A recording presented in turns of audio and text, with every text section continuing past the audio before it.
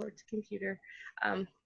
Yeah, I think this will be our shortest meeting because really just wanted to talk about how, as the church, how do we just like lead out in this? I want to share a message from my pastor. I kind of want to wait to see who else kind of filters in. I think his message is maybe like 10 minutes long.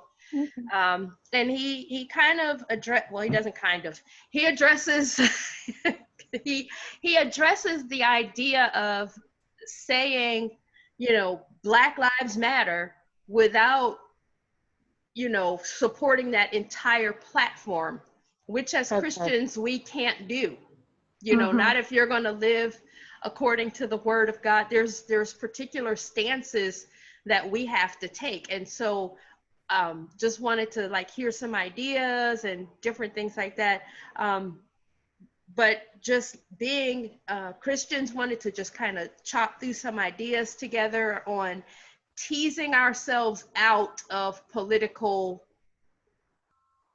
platforms and being, like Dallas talked about last week, people of the kingdom, people of the word of God. We're Christians first. And the reason we care about abortion is the same reason we care about refugees, is the same reason we care about, Black lives, white lives, and all the other things that come up, is because every person is created in the image of God. And the same scriptures that propel us to the abortion clinic should be those same scriptures that propel us into community development and education and law, as much as wherever we find injustice, as stamping it out in our spheres of influence, if that makes sense.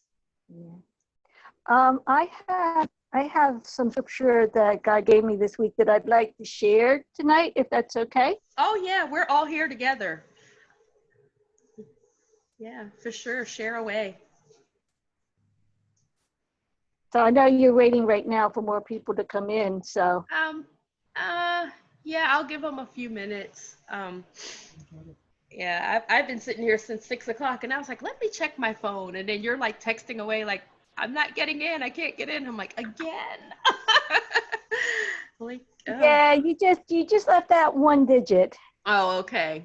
Okay. And I finally figured that out because I checked the IDs for the Zoom meeting for a prayer meeting. I was like, they're always 11 digits. She only gave me 10. See? Yeah. But I don't know where he left off, so, Right. Oh, man. How are you, Mr. Elliott? How's your heart and stuff?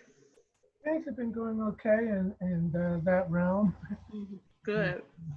And my only regret is that I went through cardiac rehabilitation, which ended about a week or two before the stay-at-home order. Oh. So after it ended, I loved it so much, and I could see my progress in it.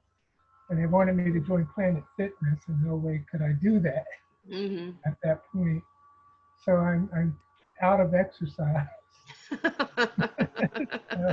And I do want to get back to it. However, I've been able to lose more weight. Okay. I lost 10 pounds in rehab, and I've lost 10 more pounds, a little more than 10 after rehab. I didn't know what you meant when you said that we don't agree with all of Black Lives Matter, because I don't know all of what they stand for. And the only thing that I stand for concerning Black Lives Matter is exactly what the term implies. I also feel that being Black, I was born into politics. And I was asked to speak on my racial experiences, speak at my church online.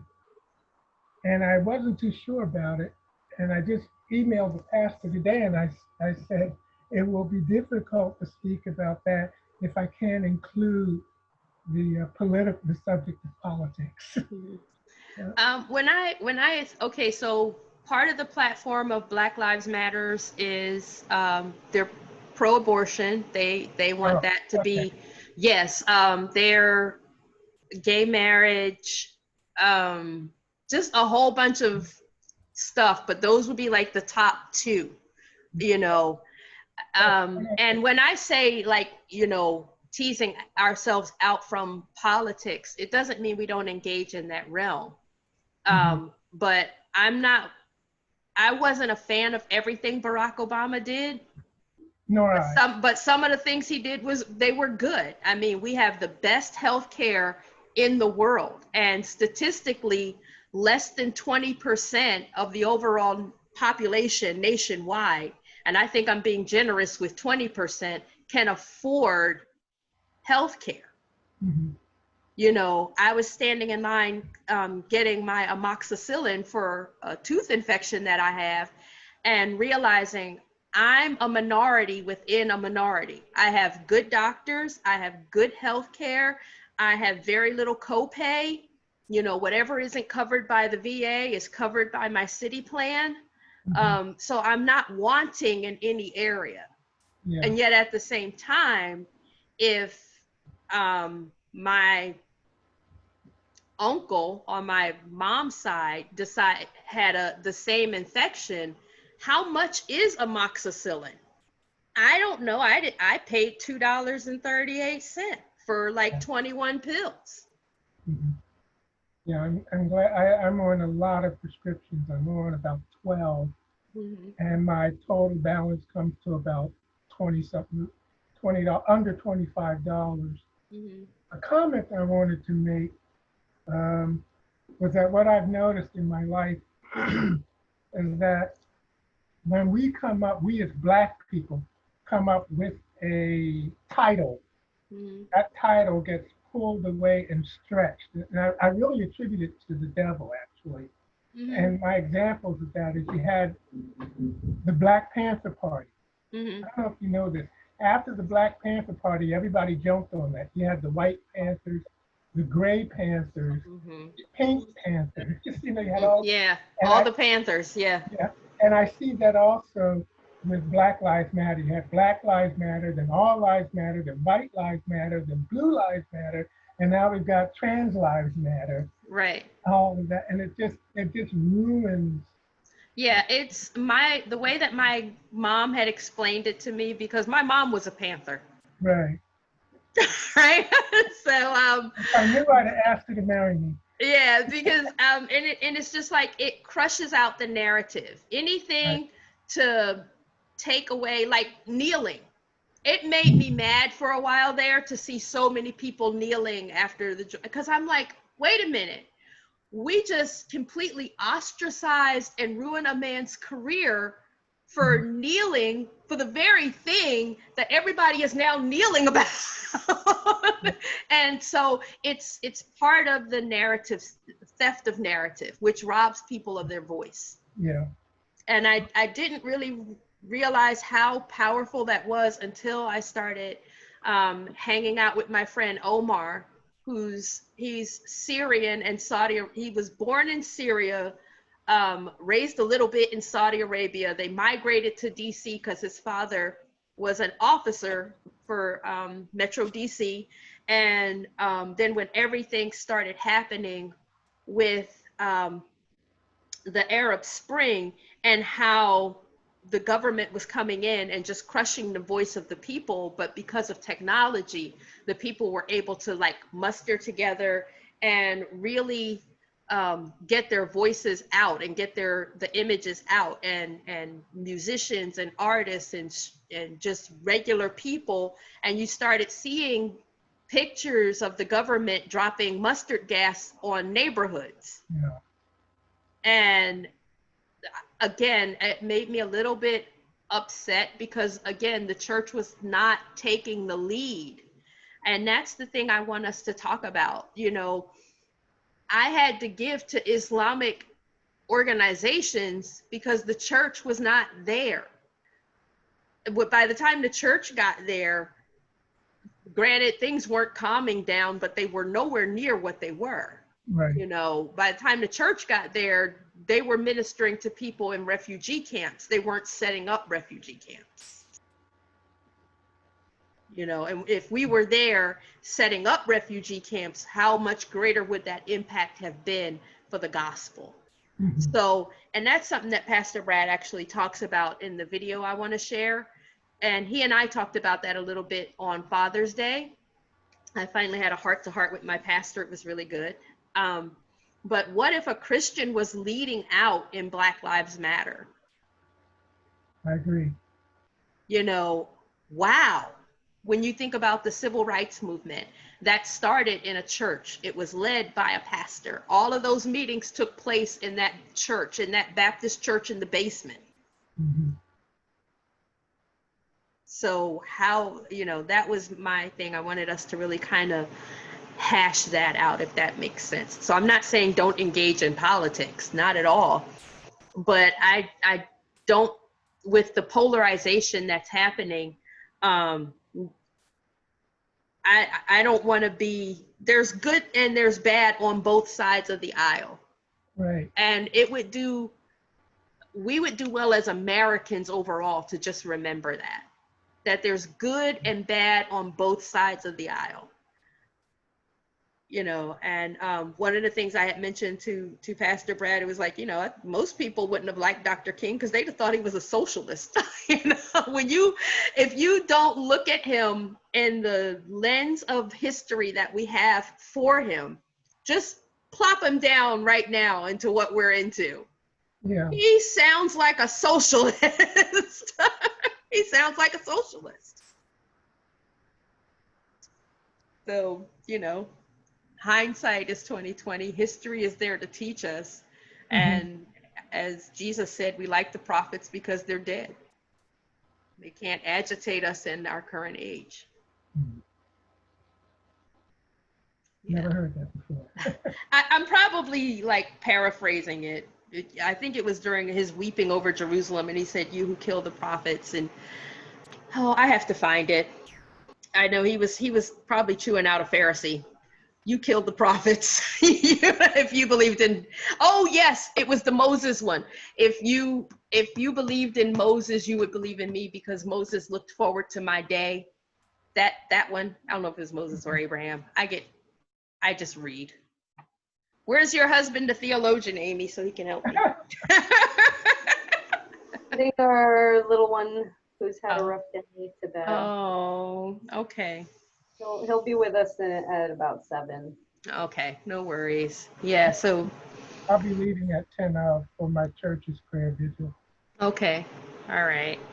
So Miss Bundy, did you want to share what you had, or did you want me to do the video from Pastor first?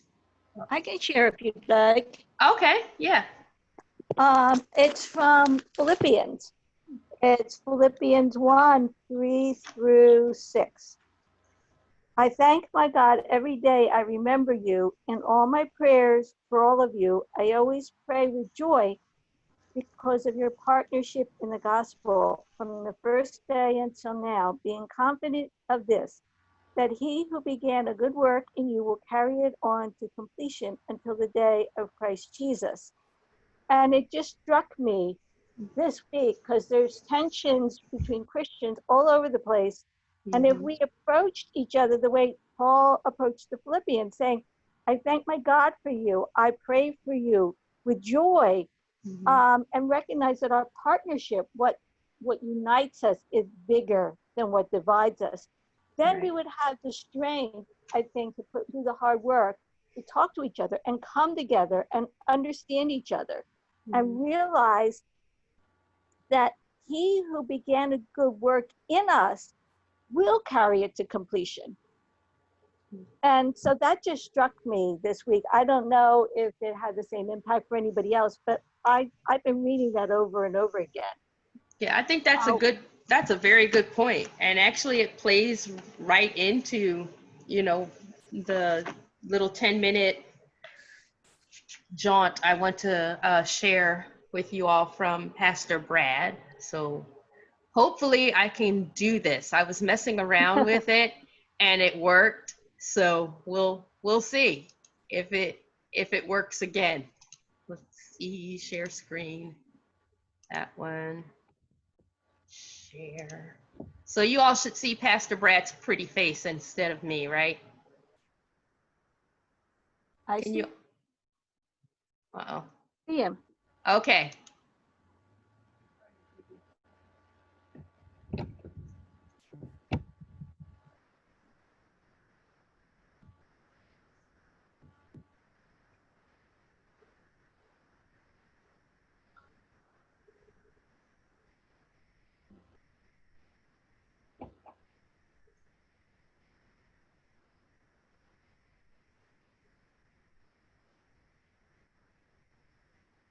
hearing anything now.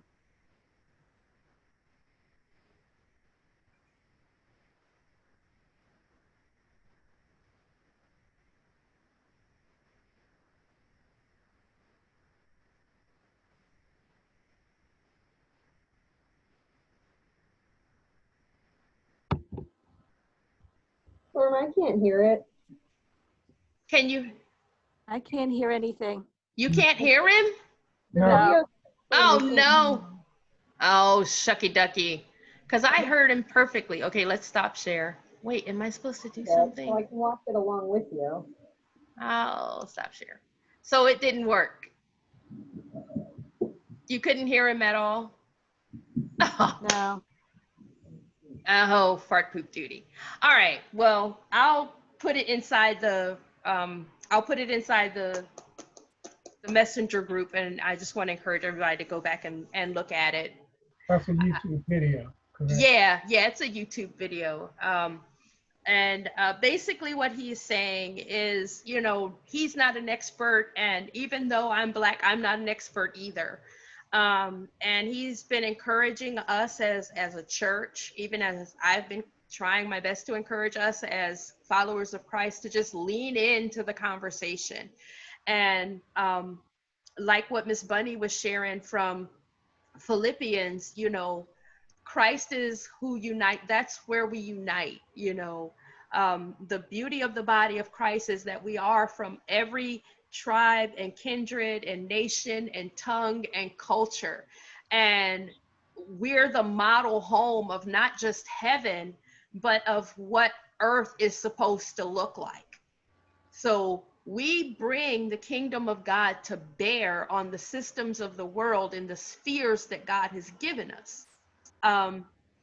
During my conversation with Pastor Brad on Father's Day, as we were talking about this, and I was like, can you imagine being in 5th grade and not recognizing your name on paper? That's the type of stuff I see as an LA, working in the library, working in the community that I'm in. I have 5th graders who know their name. They can get on the computer and do all kinds of great stuff. But if you write their name on paper, they don't recognize it. And they're failing in reading. They're not at, if you're 5th grade and you can't recognize your name, you're nowhere near grade level. Right. So that means where I'm at, if I'm a Christian, the job of an LA2 is to schedule, you know, make sure the schedule is right, make sure supplies are ordered, you know, just middle management stuff. There's not, I don't have to help that kid. There's nothing in my job description that says, stop what you're doing in the back and come out and help him with his reading. Nothing. That's why we have LEAP, the Learning Educational After School Program, or whatever it stands for. That's why we have ASL, After School Student Leaders, and TSAs. That's what they're for. But as a Christian, something ought to break in me when I have a 5th grader who's basically functionally illiterate. Something in me ought to break. And that's, I think, the thing with Black Lives Matter. It's the same as with like abortion. Anywhere we see injustice, for me, the sphere that I have the most impact in is going to be education. So I want to make sure that the kids that I come into contact with, you know, that you have a good firm foundation for education. And as I'm building that rapport, that gives me a doorway for the gospel. If that makes sense. Because I mean, I'm gonna get paid whether he reads or not, right? And that's cold. That should never be the heart of a Christian. You know, why do I care if this woman aborts her baby? I mean, it's not mine. I didn't have it. I don't want children. I want children that I can hold and give them back. Praise Jesus. You know? Thank you for your baby. Amen.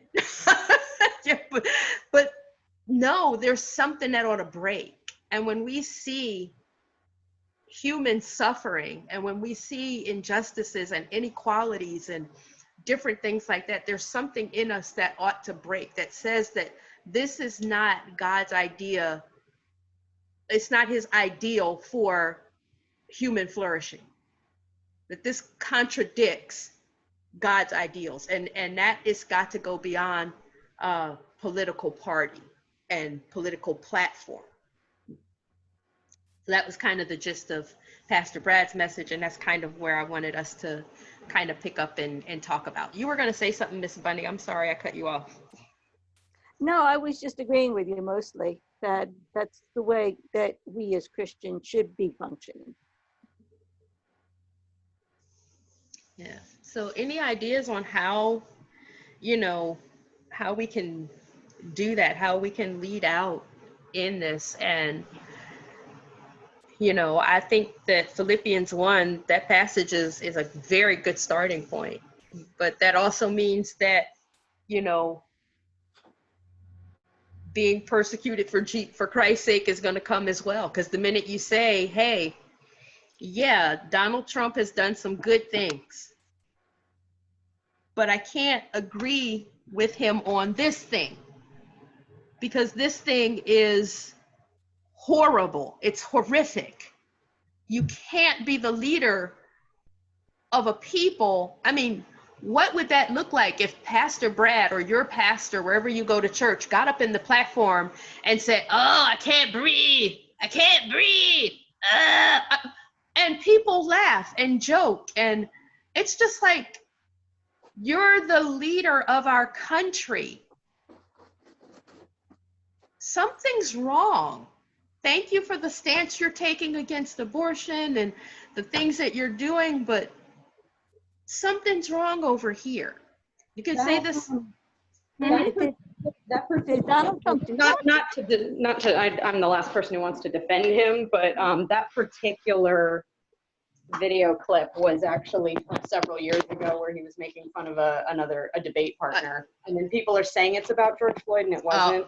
No, I thought it was about Eric Gardner, actually. No, it was yeah, but that's just in the interest of accuracy. There are plenty of equivalent things to criticize him for.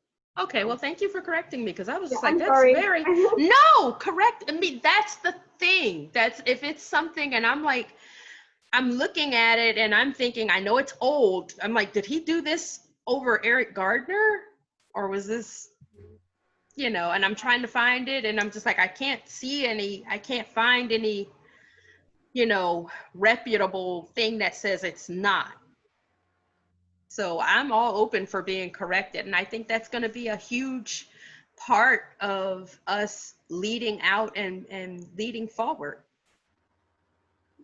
and saying, this is not quite right.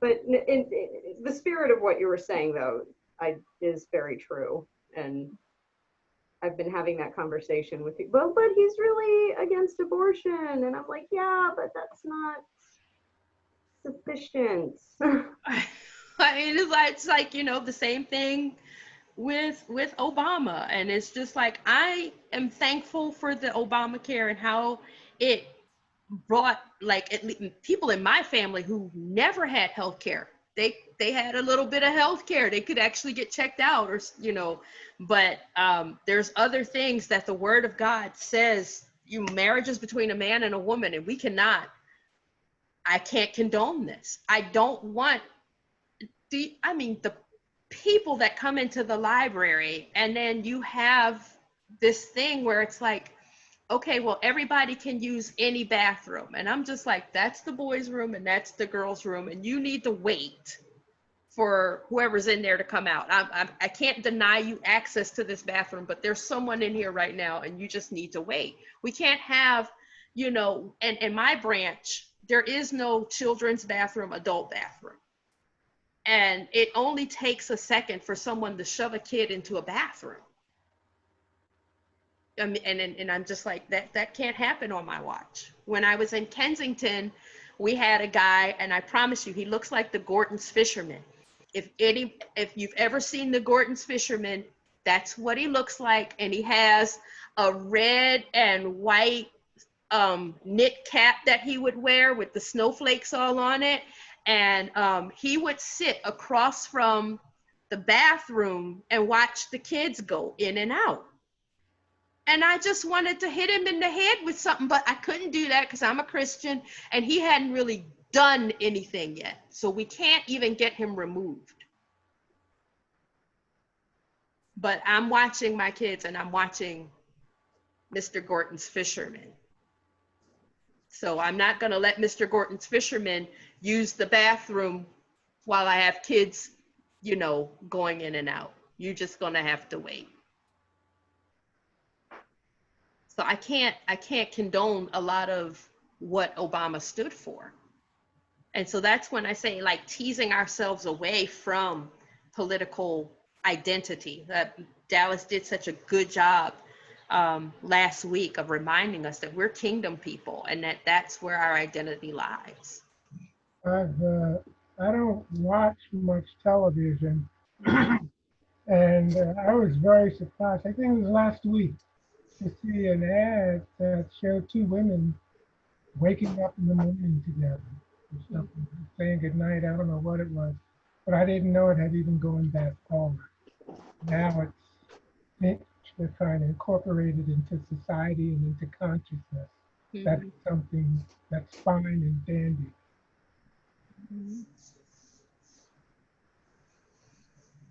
Yes, I think it's just going to be, Matt Chandler said something a couple of Sundays ago. It's like, this is a time when we're going to have to learn how to swim in dangerous and deadly waters. And I was like, you are so right. You're so right. You know, like it's not a time for shrinking back, but it doesn't mean like, oh, I have to jump over here into this and then jump over here into that and then jump over here and over here. You know, it's going to look different for all of us.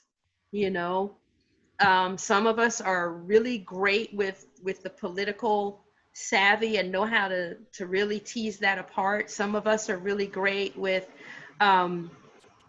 ethnic injustices. And I think that's something that God has called me to that I didn't even see, you know, just looking back over things, how I've come to the aid of, you know, a few Chinese people that I knew who were being harassed and was like, you know, the Civil Rights Act is for you too.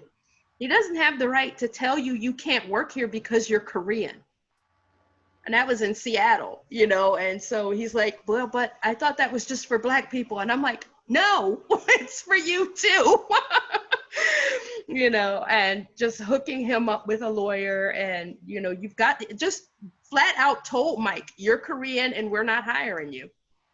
I'm like, he can't do that. And he's like, well, what can I do? I can't do anything. Nerds to that. I'm going to get you some help, you know, and being on the, I won't say the front lines, but just being like side by side with Omar and Nizar and Mark with the Arab Spring and helping to bring awareness about that. And now there's this. And I'm just like, wow, Jesus, okay. I'm just going to say, okay, I don't know which way we're going, but okay.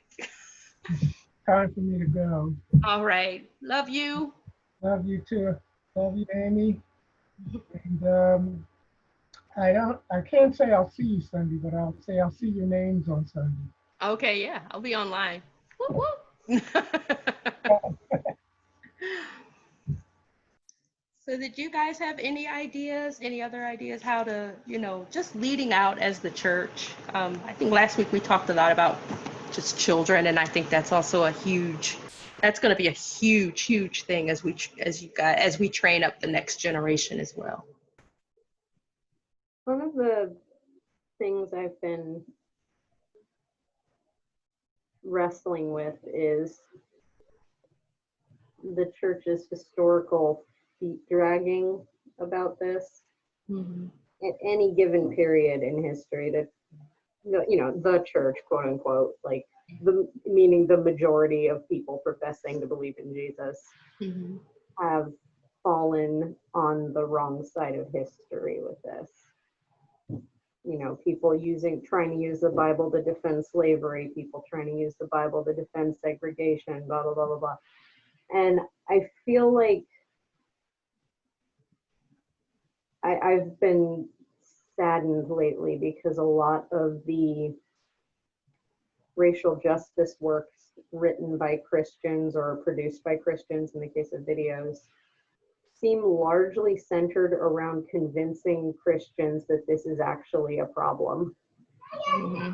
And less, I haven't seen a single overtly Christian resource saying, therefore, you know, let's do this. It's we seem to still be stuck in, yes, this exists. Yes, it's a problem. Yes, it's the church's business. And I wish we, as the hands and feet of Christ, were with it a little more. And I don't know what is causing that, but it just, because I agree with you, we should be seeing prominent Christian leaders being the spearhead of this movement and insisting that change happen and organizing and getting people to do things. But for whatever reason, we seem to just be slow. And that's kind of heartbreaking. Yeah, I agree 199,999,200%. But that also, like, Epiphany is looking at really putting some groundwork in place. I think they're still talking through it as far as the leadership level goes. But I think that email there, JC's email address is in that long list of stuff. I'll stick it in the chat if I can remember how to open chat, because no, it's not letting me. Oh, there it is. Okay, so it's oh shoot, now I'm gonna get it wrong. I'll put it in the messenger, because I almost put his personal one in there and I'm like, no, not that one, it's the Epiphany one, and I don't remember it. But I'll put that in our group listing as well. And you know, if you want to really like hands and feet and let's roll up our sleeves and get dirty, I think that's the direction Epiphany's moving in right now. And you know, they're looking for help, and we need all kinds of help. So as they're chatting through what that's going to look like through leadership, I know they said they should have some kind of a plan to move forward after the holiday. So I'm like, okay, that sounds reasonable. And I'll put Pastor Brad's message and JC's email, so you guys can just reach out to JC and see, you know, what can we do? Even if you just want to kind of hang out, see how they do it, and what can you bring back to your church, and how can you, you know, make it, you know, something that would be pliable in, you know, South Philly or Lawncrest. You know, what would this look like in our particular church culture? Were you going to say something, Miss Bunny? No, I'm just listening. I wish I had like words of wisdom on how we can move forward, but I'm here to try to learn, because I really don't know. Yeah. And it's really, you know, like Amy said, it really is heartbreaking. And I felt that heartbreak with the conflict in Syria. I'm like, I am a soldier. I know what mustard gas does to people. You don't drop mustard gas in a neighborhood. What is wrong with you? You know, something is terribly, terribly wrong with you. You're dropping mustard gas in a neighborhood. And the church was nowhere. And people were fleeing to different borders and finding those borders closed. And God really had to help me because it was like, well, you're not going to the nations, so I'll bring the nations to you. And that's really how I saw this influx of people. It was like, over here in Europe and here in America, these are supposed God-fearing nations, and both of them just shut the doors. Now, you can't have a run-on, but you have to be able to have, there has to be something. Something has to be in place. Everybody didn't come here legally. We sure didn't. We were kidnapped and bought over, you know?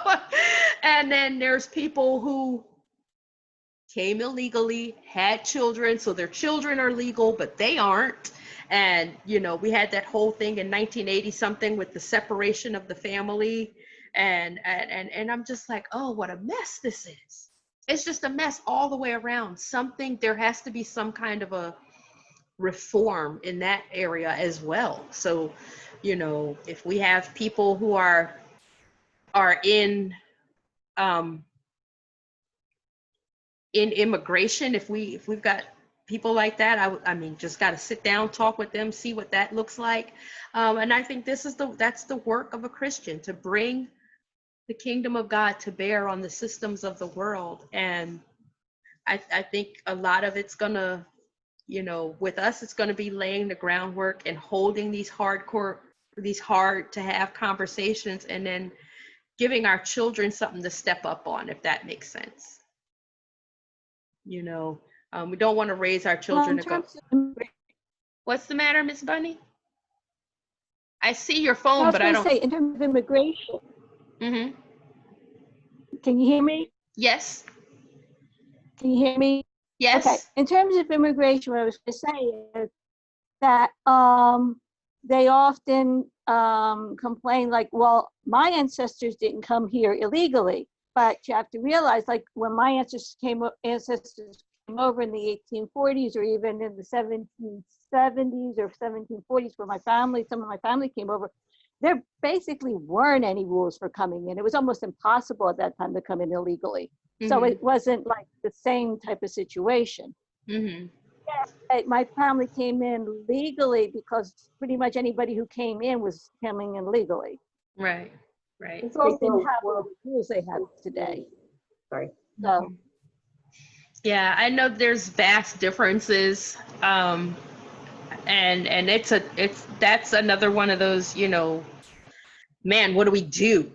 You know, especially with people who are seeking asylum, you know, and I think that's my main concern. If you're just coming because, you know, I want a better life, if you will, then you can go through the channels. But if you're fleeing because your idiot president dropped mustard gas in your neighborhood, that to me is a different thing. There has to be a way to like quickly set something up, you know. And Turkey, while not the best place in the world, and quickly got they were flooded, and that's why they shut their borders, but they quickly set something up. And I'm just wondering, you know, Islamic organizations went into these areas and just quickly said, you know, hey, we can help with this. And they were there to receive those people. And it's just like, there are churches on the border. I mean, is there something that they can do? Is there something that we should be doing? You know, it's just questions that I have. No, we can't have a run on. I agree. There has to be something.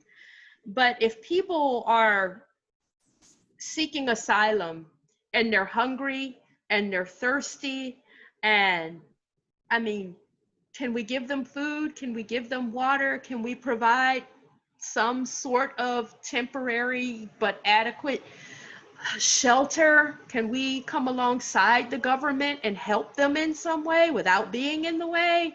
I think these are things that we've lost touch with over the years, if we've ever really been in touch with them, because we're always on our back foot as the overall church.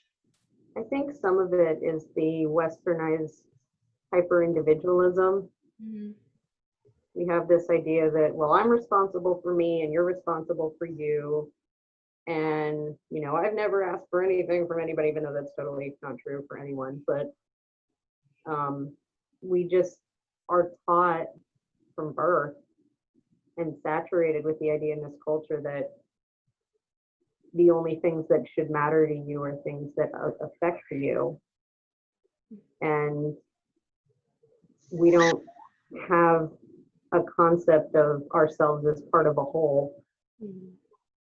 Even in the church, a lot of it is about what Jesus can do for you and he's going to change your life, which is true. It's all, and that's all valid, but we don't talk, I think, as much as maybe we used to, meaning like before I was born, but about us. Mm-hmm. And, you know, that person who is crossing the border illegally is made in God's image. Mm-hmm. And God loves them exactly as much as he loves you. And if you had lived in their circumstances, you'd be doing exactly what they're doing. Because I was raised very conservative, and I had a lot of the, you know, the things that I've had to unlearn. But like, you know, well, if you just do it legally, then it's fine. But you don't, then when you learn about how hard it is to immigrate legally, especially if you're not a professional and you've got, you know, 5 kids and they're starving to death.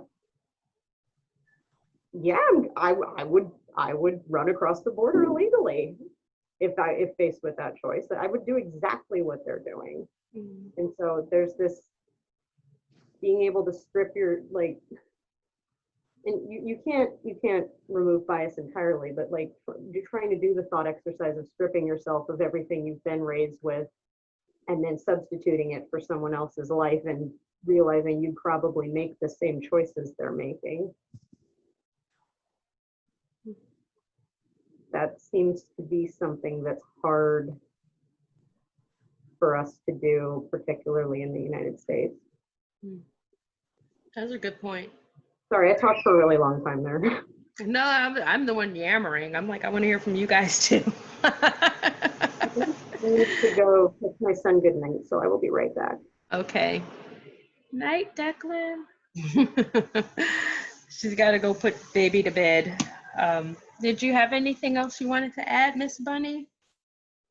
I think that's pretty cool. Your family came over in the 1700s, you said? Yeah, some of them you can trace all the way back there. My daughter does it better than I do. She kind of, and my nephew, Josh, they're all into, you know, tracing the family tree. But we used to have a book that could take it back to like the 1740s. Came over from Switzerland. Wow. So that's so cool. That is like super cool. Yeah, I think just overall, we've got to get off our back foot as the church. You know, we react more than we respond, more than we plan. We tend to panic more than we plan. And I'm hoping that out of this, when things happen, that people will, you know, at least have some sort of framework for a plan, for a conversation, something that was said. I'm still amazed at what Gina was able to put together for those kids, and that how that actually sprang out of a conversation with her children, you know, and her and Heather, and putting that Kids Are the Change rally together in South Lake, Texas, and just finding all of the support and everything that they needed, as that's like so amazing. And just, you know, the little things that are popping up in my Facebook feed that people are doing, it's just been really encouraging. And I'm thankful, you know, thankful to have a pastor that's leading us and just stepping into the lead for people who know him, of being the change that we want to see. One of our one of our parishioners, he actually went to Marconi Park and played chess, him and his girlfriend. And he had a little sign that said Black Lives Matter more than statues, ask me why. And you know, so the idea was to sit down with him, play chess, and have a conversation. In the midst of that, you know, he was like, you know, there are people who are really, really rude and racist right here in my backyard in South Philly. He said, someone threw a bottle at my girlfriend. I don't know where Liz is actually from. I should ask her one day. But they, you know, he threw a bottle at her and told her to go back to Afghanistan. And I know she's got some Middle Eastern descent in her, but it's just like, you know, someone threw a bottle at her, found out that someone else had lost their wife in the middle of to the opioid crisis, in the middle of a pandemic. So he had good conversations and he had bad conversations. And this is right in the middle of the bats and clubs and staves and swords and bulletproof vests over a Columbus statue when he went and played chess in the park. So even that was encouraging, you know, so there's been a lot of encouraging steps forward that are taking place from young people. And for that, I'm really, really grateful. So the idea is just to have like a framework to say, oh yeah, well, maybe we can do a small, you know, rally or something like that. But just having something to get us off our back foot all the time.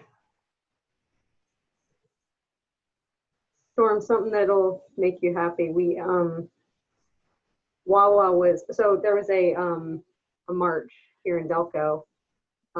We went to the rally and then I walked, but Declan needed to go home because he was overheated.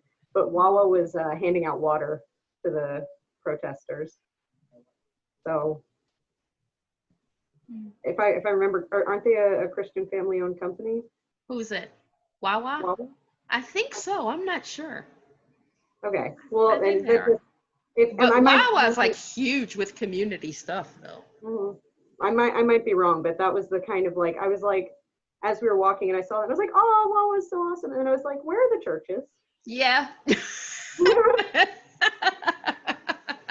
You walked right past a couple. Right. Yeah. Yeah. So, yeah. So hopefully we can be that change that we long to see. I know this is our last conversation, but by all means, feel free if there's a question, a concern, something I can help with, reach out to me. I don't mind having the conversation. I think for me, just the most tiresome part is deconstructing the lie. That's the most tiresome part for me. And it's tiresome on both sides. I am always amazed at how many Black people don't know their own history, or how quickly they dismiss it as if, you know, 1960 was a long time ago. What do you mean? Okay. So there's I guess there's a couple of videos floating around with some people. And it's like, well, if you're into this whole Black Lives Matter thing, then you need to get off the plantation, is kind of the overarching thought process. And we're not slaves anymore. And you can do better and you can do whatever you want. And yes, to all of that. But at the same time, the incarceration rate among African Americans is ginormous in conjunction with its population. At the same time, yes, officers have killed white people, Black people, and Puerto Ricans. But overall, when you look at the population, the numbers of Black people that have been harassed or killed by a police officer in some way, shape, or form, or, you know, that have suffered police brutality, it's so much greater in conjunction with its population. When you look at education, my library sits between, I think, 4 schools. Now, if you go to the school that's furthest away, you'll be fine. But the three that sit within that area, those are not super great schools. They're okay, but you're gonna have to fight to learn, because you have to fight just to fight. You're not gonna be in there and not fight. So you know, that makes learning difficult for anybody. Like every day I go to school, we had to walk. We weren't supposed to, like we could lose our job for doing it, but this girl ran into the library and she was just like, they want to jump me because I was messing with my brother. My brother and I, we like to tease each other, and I kind of pushed him and he fell, but he was laughing. And these girls, they want to jump me. And I'm like, they want to jump you because you were horse playing with your brother who fell down and was laughing. But these people who have nothing to do with you, your brother, or any part of your family, they want to jump you. And she was petrified to go home. So me and another LA walked her home. We're not supposed to do that. We could lose our jobs for doing that. But what am I supposed to do? Better learn how to fight, little girl. Good luck with that. You can be anything you want to be. You know, that's not right. That's not right. So, you know, we walked her home. I think one LA in particular walked her home at least 3 times that week, just so she could feel safe. And then had a talk with the mom to let her mom know what was going on. That's not the job of an LA. And you're saying a lot of people don't recognize those disparities? Yes. Mhm. Yeah. And I'm thankful for, you know, I'm thankful that it's still hard, but it's not as hard as when my mom was growing up. You know, I'm not facing all of everything that she faced, but there's still a lot of what she faced that's lingering around. And I don't want my success, and like I was talking about my amoxicillin, my medication for swollen gum. Just because I have health care and I have good health care doesn't mean I turn a blind eye to the multiplied millions of people who don't have health care. Something has to happen there. I don't want my success to be like, well, just come on now, do better, without looking at all of what's wrong in a household that's having an effect on this child, you know, as to why you're functionally illiterate and you keep passing. That's not going to help you in the long run. So, I mean, I think as Christians, one of the things that you said, Amy, was really helpful. Just the individualism that we're brought up with, as opposed to so many other countries that deal in community. And I think if we get back to community, that's going to be a good thing for us. So I will put Pastor Brad's message thing in the group, and I'll put JC's Epiphany email in there, and, you know, feel free to reach out to him and ask if, you know, what can you do to be part of the community development team. And he'll definitely, you know, reach back out to you. Did you guys have anything else? Because it's almost 7:30. And Thank you for hosting these. oh yeah, this has been really good for me. So, and I hope it's been as helpful for all of you as well. It's just been good to share and to hear other opinions and hear other strategies and stuff like that. It's just been really, really good, and I'm super thankful. So thank you guys for coming out. I have one more thought. Mm-hmm. What I was saying about the church, in what you said, always on the back foot. Mm-hmm. And just throughout history, the church has been dragging its feet and frequently actively opposing progress. I guess my question would be, do you think that there's a point where we say, okay, and we just leave some of our brothers behind because they're not willing to come? That's going to be the hard part, but yeah, I think Okay, that's well, but I think that's the part where we're at, where, you know, because I even think Pastor Brad's looking forward, you know, like, where do we go from here? And I know for sure Epiphany is like laying groundwork as to what can we do in our neighborhood. Now they're in North Philly, but if they have a framework, you know, and we're in South Philly or Lawncrest or South Lake, Texas, or I think Dallas is in Chester, you know, wherever we are in our particular church, can we take that framework, pick it up and flex it so that it fits like where we are? You know, what does it look like for us to partner with our local library even? Because that's one of the things that I want to, especially since they took all of our help away. Well, I'm like, oh my gosh, we're going to be so slammed in school when school starts. Just pray for your local library.